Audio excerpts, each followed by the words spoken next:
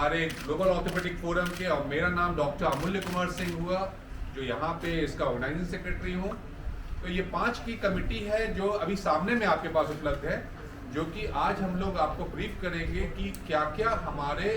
इस कॉन्फ्रेंस में 26-27 को होने वाला है। एक्चुअली इस कॉन्फ्रेंस का प्लान हम लोगों ने से 5 लोग यहाँ उपस्थित हैं। डॉक्टर विजय शंकर सर हैं हमारे chief patron, former president of Bihar orthopaedic association, former director in chief of Bihar state health services, former vice president of Indian medical association, और बहुत सारी जिनसे पहचान हमारे बिहार के हर जगह पे होती है। डॉक्टर सुभाष चंद्रा हैं जो कि ऑर्गेनाइजिंग कमेटी चेयरपर्सन है और डायरेक्टर है हमारे LNGP यहाँ हॉस्पिटल है। डॉक्टर सरसिस नैनम है जो कि प्रेसिडेंट है।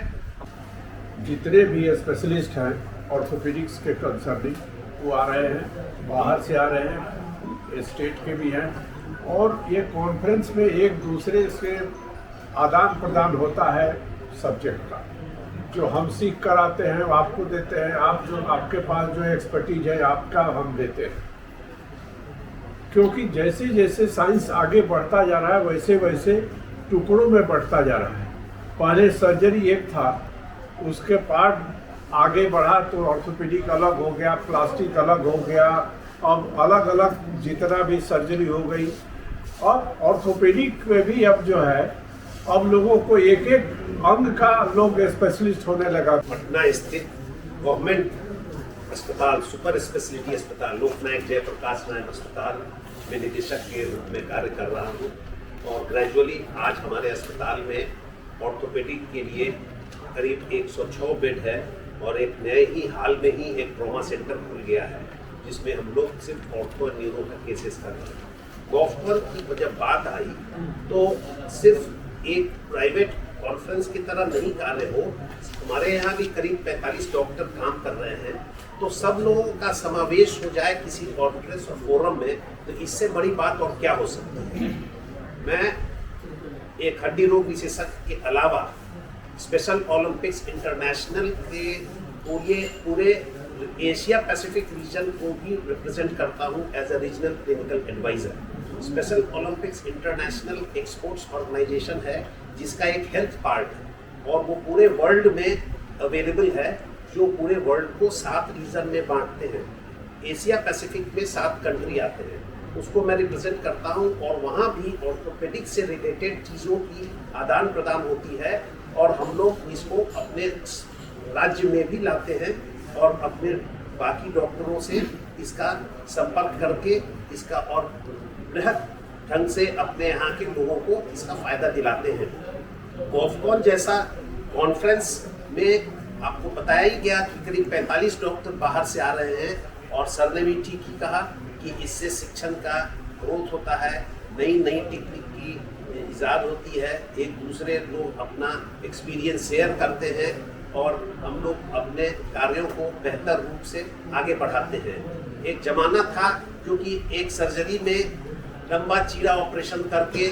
ऑपरेशन किया जाता था, आजकल मिनिमम इन्वेजिव सर्जरी का कॉन्सेप्ट आ गया, कम से कम उसको करके हम लोग उस कार्य को करते हैं। तो ये कॉन्फ्रेंस एक ऐसा फोरम है जिसमें पटना का नाम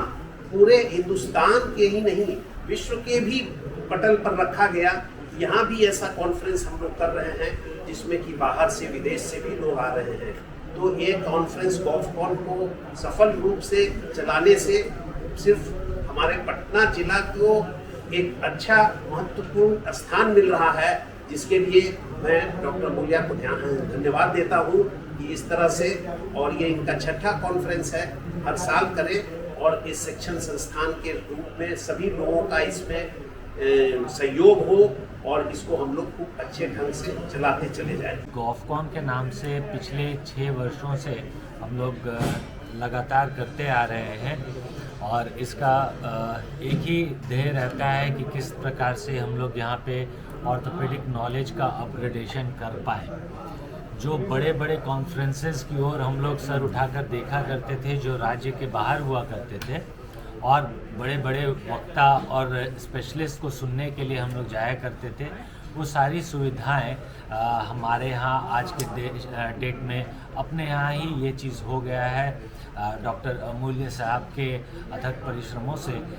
बड़ा सफल ये कार्यक्रम 6 सालों से चला आ रहा है और लोग गर्वान्वित महसूस करते हैं। देश विदेश से लोग स्पेशलिस्ट अपने आप को इस कॉन्फ्रेंस में जोड़ने की कोशिश करते हैं और फ़ख्र महसूस करते हैं कि किस प्रकार से हम बिहार की धरती पे आकर के अपना नॉलेज शेयरिंग कर पाए। तो ये हम सबों के लिए बहुत ही गर्व की बात है।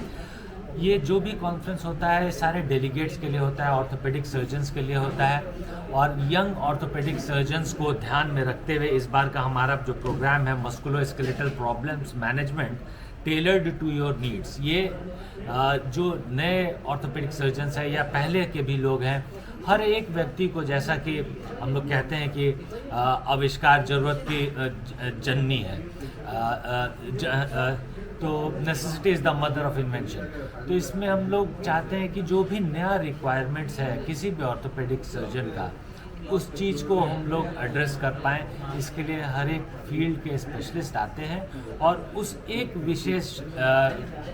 फील्ड में, जैसे कोई कलाई का काम कर रहा है, कोई रीढ़ की हड्डी का, कोई घुटना प्रत्यारोपण, कोई कुल्हा प्रत्यारोपण है,